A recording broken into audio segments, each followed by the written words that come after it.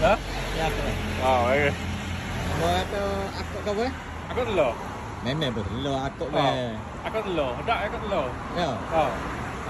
Lagu mana makan aku kita ber? Oh, eh. Tapi kita guna telur dapat A. Ya. Makan kuih pun A tu ber. Pasal rasa dia tu lembut. Lembut. Oh, rasa dia tu lembut. Lembut pada ke? Hai. Aku dia.